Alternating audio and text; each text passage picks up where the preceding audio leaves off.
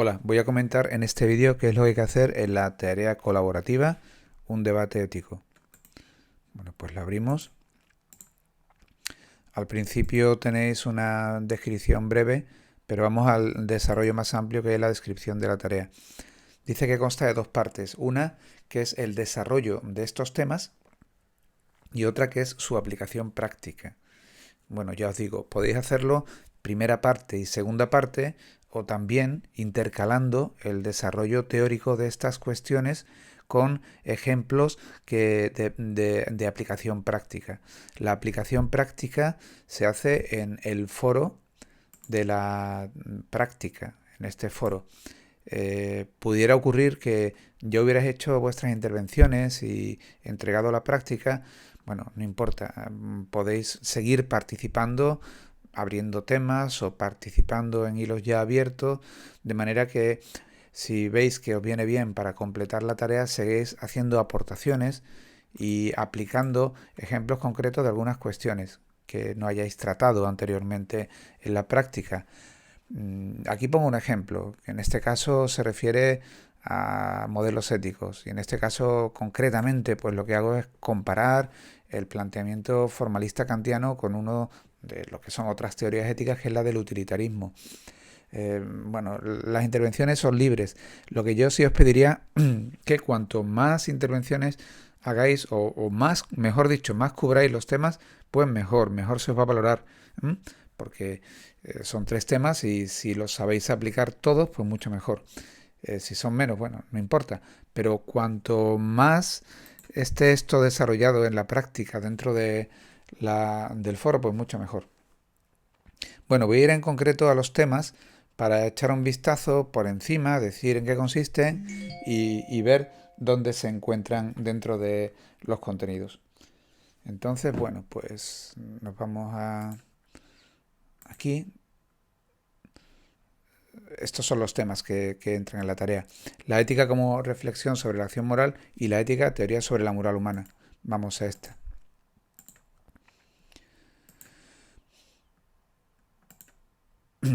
Bien, aquí hay una serie de cuestiones introductorias que desde luego conviene ver de antemano para situarse, ¿no? La libertad como unido a la responsabilidad moral, la diferencia entre la ética y la moral. La ética sería la reflexión filosófica sobre lo moral, metaética, ética normativa y ética aplicada, el ser humano y su condición ética. Y aquí aparece ya el primer punto, autonomía y heteronomía moral.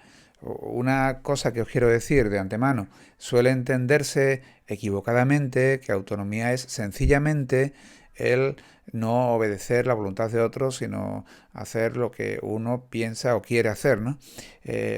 Pensad, por ejemplo, en un niño pequeño, decimos es autónomo, no cuando hace lo que quiere, sino, por ejemplo, cuando se le puede dejar solo. ¿Por qué? Porque él ya tiene criterio y sabe qué es lo que tiene que hacer. Un poco en este sentido, la autonomía va también por ahí, ¿no? Es desde luego no obedecer una voluntad externa, sino obedecer a la propia voluntad.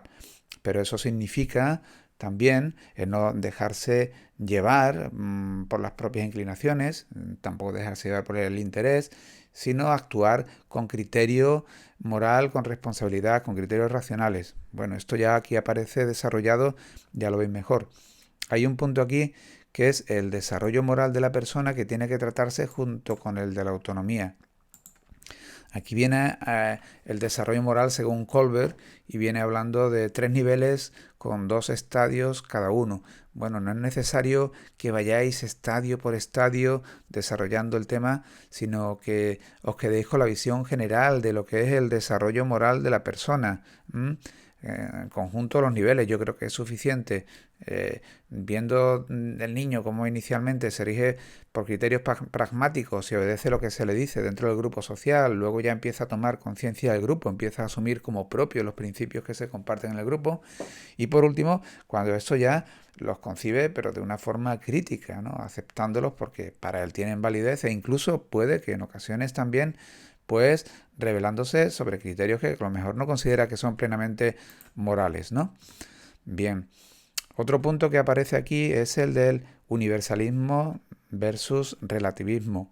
un poco el comienzo de la filosofía ética, ¿no? La cuestión de si es posible o no hablar de principios de carácter universal, válido para todos, o los principios son algo relativos a cada pueblo, a cada época histórica, etcétera. Un debate que se concreta, por ejemplo, en la diferencia que hay entre los sofistas y Sócrates y Platón en la época de la filosofía griega.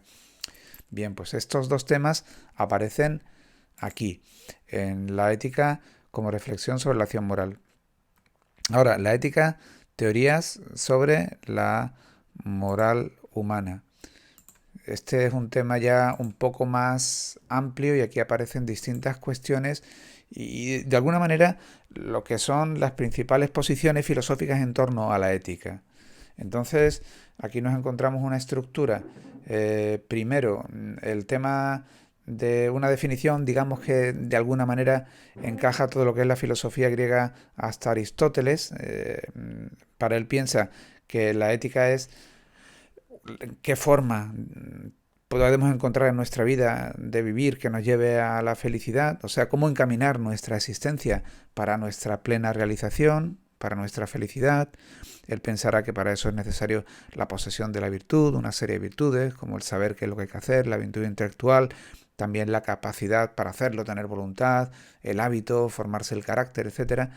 Bueno, y una cosa que él viene a decir es que, digamos, todas las éticas están de acuerdo en que el bien supremo que hay que buscar es la felicidad. Lo que pasa es que hay una concreción diferente en cada modelo ético porque difieren en cuál es ese bien que nos hace felices y no hay un acuerdo completo en el bien último que nos hace felices. La posición de Aristóteles será un poco de integrarlo todo, pero él consigue desgranar muy bien las distintas posiciones que hay dentro de la ética y cómo se definen distintos códigos de conducta en función del bien supremo que se persigue. Para algunos, la felicidad consiste en la sabiduría o la prudencia, como Sócrates fundamentalmente, en algún sentido Platón. Para otros, la felicidad está en la vida placentera, una vida ajena al dolor, una vida de satisfacción, de goce, ¿no? Luego la felicidad como aceptación, el caso de los estoicos. Aquí los hedonistas, aquí los estoicos. Aceptar el destino, aceptar las cosas como vienen, no rebelarse contra ellos, pensar que hay una razón universal que lo rige todo y estaremos bien cuando nosotros lo aceptemos de buena manera. Luego la felicidad como el bienestar humano. Todo esto podríamos hablar de lo que son las éticas materiales, éticas que nos dicen de qué manera tenemos que actuar para ser felices, para lograr el bien. Kant frente a eso propone una ética que es formal. La ética para él no está en decir qué debemos hacer, sino en cómo debemos actuar. Y él piensa que no tiene que ser una ética interesada, que no diga cómo tenemos que actuar para ser felices. Más bien tiene que ser una ética basada en la noción de deber. Actuar, nosotros somos éticos cuando actuamos de acuerdo con criterios que son universales, o sea, cuando hacemos lo que debemos hacer, nos interese o no nos interese. Entonces él no está por esta ética de la felicidad como algo que se persigue directamente, sino una ética que busca qué es el modo de actuar correcto y que funda en el deber, fundamentalmente, pues el valor moral. Y luego aquí aparecen otras teorías éticas, como son el emotivismo de David Hume, que piensa que lo que nos lleva a la aceptación o el rechazo, al fin y al cabo, la emoción que nos produce ciertas cosas, porque en el fondo nos emociona aquello que es bueno para el conjunto y rechazamos emotivamente aquello que es malo, lo que hace daño a los demás. La teoría de los valores de Max Scheler, que piensa que las acciones y los objetos están unidos a una serie de valores y que ahí es donde está la importancia de la ética. Se trata de buscar aquellos valores que son positivos y en situaciones en las que hay que tomar decisiones siempre elegir los valores más altos frente a los más bajos. Y luego también aparece aquí la ética discursiva de Habermas, que funda la moral en el diálogo, en la racionalidad, en fin, un sentido comunitario de la ética y dialógico. Aquí son bastantes cosas, entonces es cuestión de mirarlo todo con detenimiento y hacerse un esquema propio de lo que son las distintas corrientes dentro de la ética, ¿no? Aquí ya digo de una forma muy general, la ética material, que nos dice qué debemos hacer para el logro de la felicidad humana, la ética formal, que funda más bien en la conciencia, en la buena voluntad, en deber, en hacer lo que se debe hacer, lo que uno piensa que debe hacerse incondicionalmente, y luego otras teorías éticas. De todo esto, pues un cuadro general sintético, porque la tarea tampoco puede ser tan larga, y podéis poner en el foro si empleáis este tema, que yo os aconsejo que sí, porque desde luego clave en la filosofía, pues alguna diferencia en la interpretación sobre una manera de entender algo según un modelo ético u otro. Bueno, pues tenéis el foro, como siempre, para tratar cualquier dificultad que tengáis en torno a esta tarea, lo que no quede claro, pues lo ponéis aquí y aquí lo tratamos de desarrollar y completar esta explicación si es necesario.